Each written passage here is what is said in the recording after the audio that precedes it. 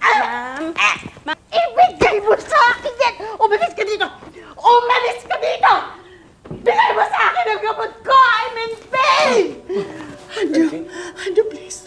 Please, Andrew. Ayaw niya ibigay sa akin yung gamot ko. Ayaw niya ibigay. Pinagdadamot niya. Baka naman pwedeng taasan natin yung dosage ng mami ko kasi hirap na siya. Kita mo naman, no? Andrew, no! Kapag binigyan pa natin siya, she will overdose. So be it!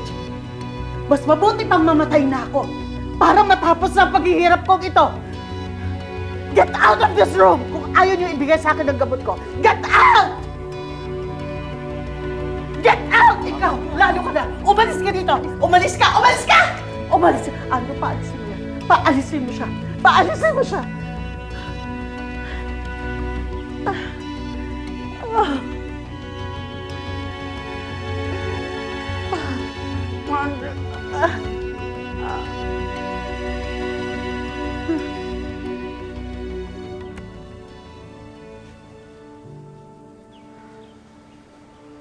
May mga araw na ganyan talaga siya.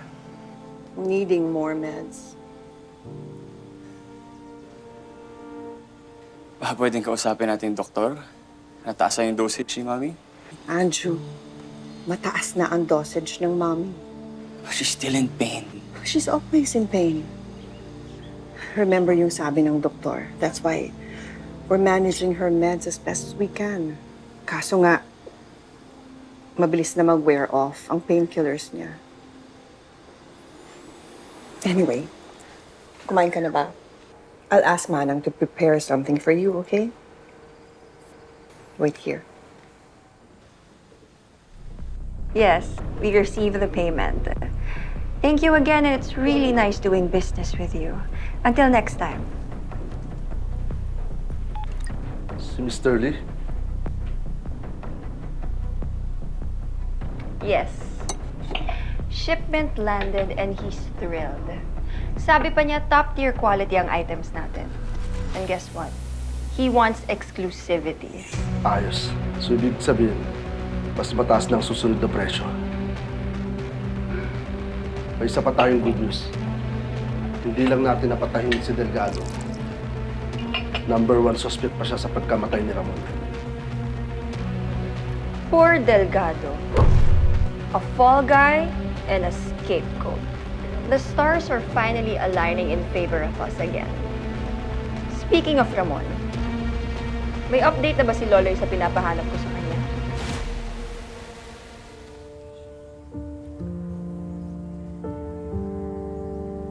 Food strike! Partido! Kanasag! Zoom in my close at ang gabi. Boring naman. Ano ka ba?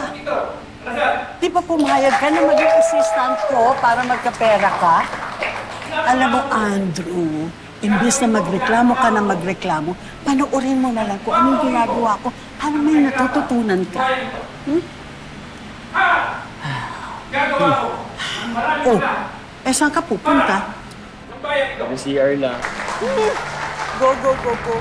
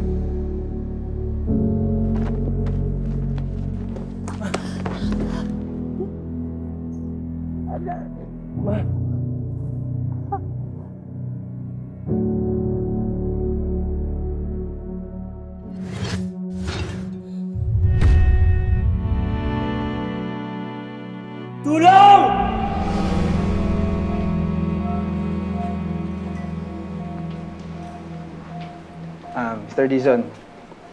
Ma'am, magandang araw po. Tapos na po ang initial report ng Special Investigations Unit.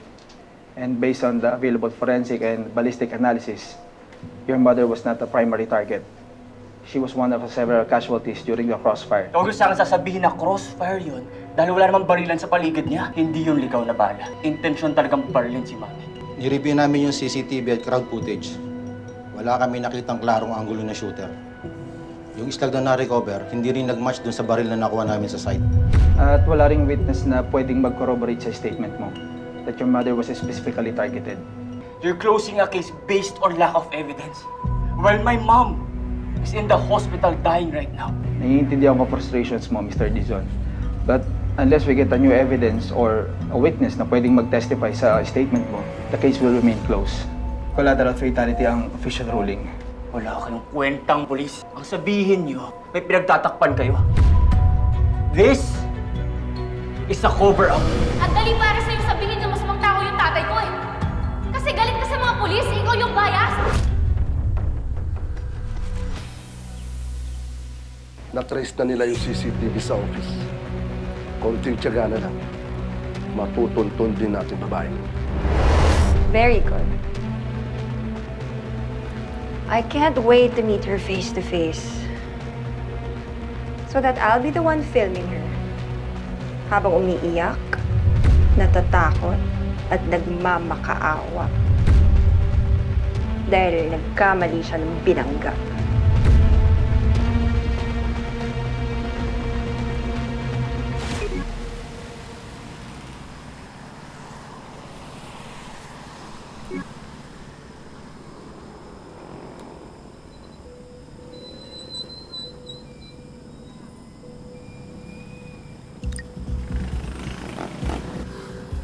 Mas pa nga, Joey, napaparaning ka na eh.